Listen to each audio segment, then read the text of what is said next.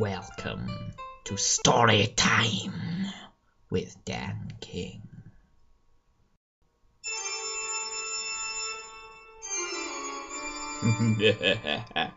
Once upon a time, there was a mother pig who had 3 little baby pigs, which is strange because the average pig litter is 10 piglets.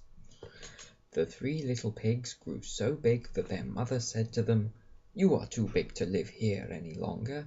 You must go out and build houses for yourselves," because clearly there was an accommodation shortage. "But take care that the wolf does not catch you." The 3 little pigs set off. "We will take care that the wolf does not catch us," they said. Silly piglets. Soon they met a man who was carrying some straw. "Please, will you give me some straw?" asked the first little pig. "I want to build a house for myself." "Sure," said the man, presumably thinking he must be dreaming. Talking pigs, really. Even the secret show didn't have that.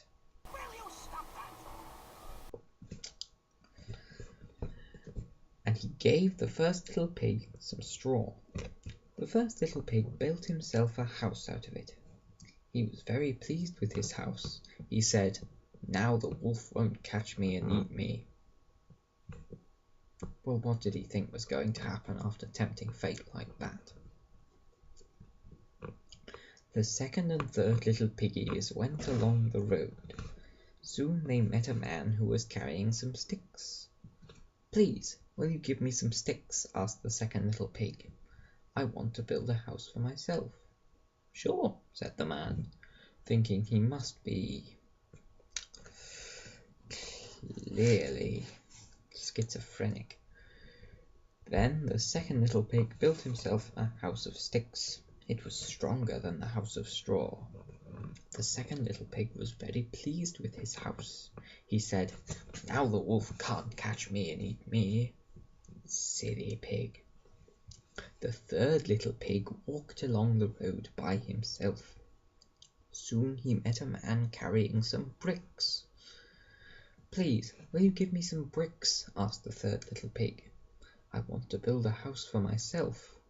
"Sure," said the man, presumably wondering how a pig could build a house when he has no opposable thumbs, nor the ability to use the vast majority of tools, or even a builder's trowel, as it wouldn't really fit between the hooves, and when it squeezed the hooves, surely it would just pop straight out. But anyway, maybe I'm reading too much into this. It took him a long time to build it, and it was a very strong house.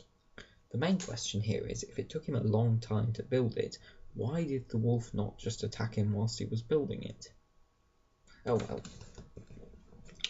The third little pig was very pleased with his house. He said, "Now the wolf won't catch me and eat me." The next day the wolf came along the road. He came to the house of straw that the first little pig built, and thought, that looks like a rather flimsily built structure, doesn't it? I wager that that pig has underestimated my lung capacity.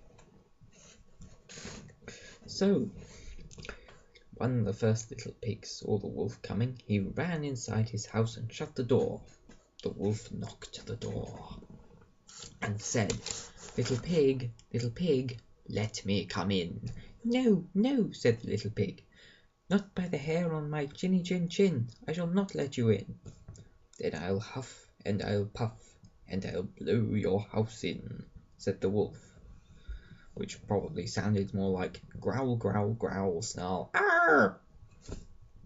So he huffed and he puffed, and the straw house fell down, and the wolf ate up the first little pig. Poor little pig. The next day the wolf worked? No, he didn't work. As far as we know, he was unemployed. There's no evidence of animals being employed. What am I talking about? The wolf walked further along the road. He came to the house of sticks that the second little pig had built.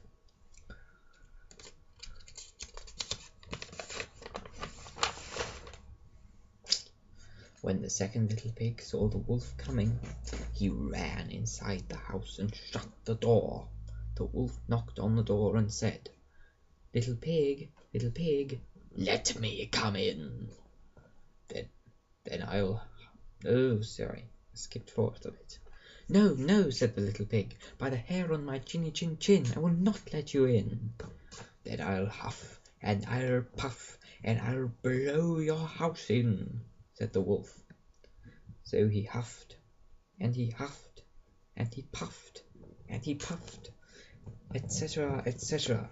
It seems he has an unusually large lung capacity. Perhaps he's a mutant. Perhaps with that kind of lung capacity, he could join the X-Men. But anyway, the house of sticks fell down. Kind of wonder why the pig thought that it would be safe enough as it was if a mere wolf could blow it down. I mean, it wouldn't be very good in a storm, would it? Anyway, the wolf ate up the second little pig. Yum, yum, yum. Oink, oink. Dear, dear. The next day, the wolf walked further along the road. He came to the house of bricks that the third little pig had built. When the third little pig saw the wolf coming, he ran inside and shut the door, as his brothers had done, and that suited them so well, didn't it? Little pig, let me come in, said the wolf, in his happy voice. No, no, said the little pig, by the hair on my chinny chin chin, I will not let you come in. Then I'll huff, and I'll puff, and I'll blow your house in, said the wolf in his sinister voice, as he had been doing before. So he huffed, and he puffed, and he huffed, and he puffed, and he huffed, and he puffed, and he huffed, and he puffed, and he huffed, and he puffed, and the house just wouldn't fall down, and this made the wolf very angry.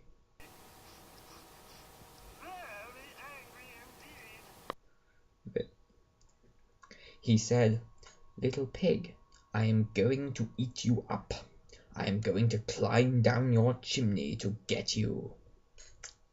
The main question here is, why would he tell the pig exactly where he was going to go to eat him? That's like me saying, hey, you, stay there in the middle of the road and I will run you over. It's just stupid. Completely stupid. Why would you tell them your plan? It just makes it so much easier for you to be thwarted. So,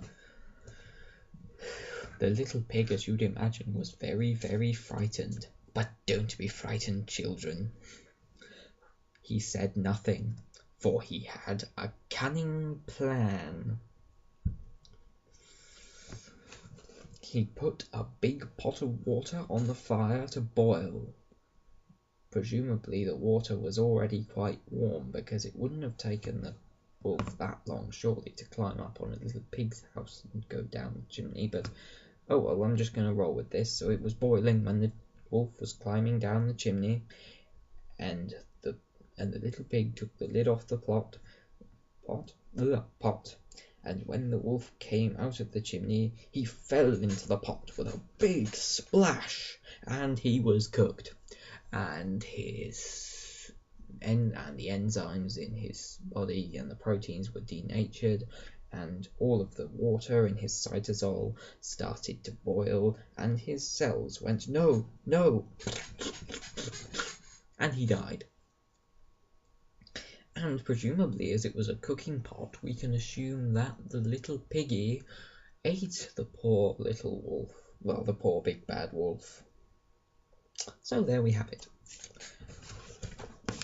And the moral of this story is, always consult architectural advice before building your own house out of flimsy material. Another possible moral would be to never underestimate the lung capacity of a wolf, or, as chance would probably have it, a dog. Thank you.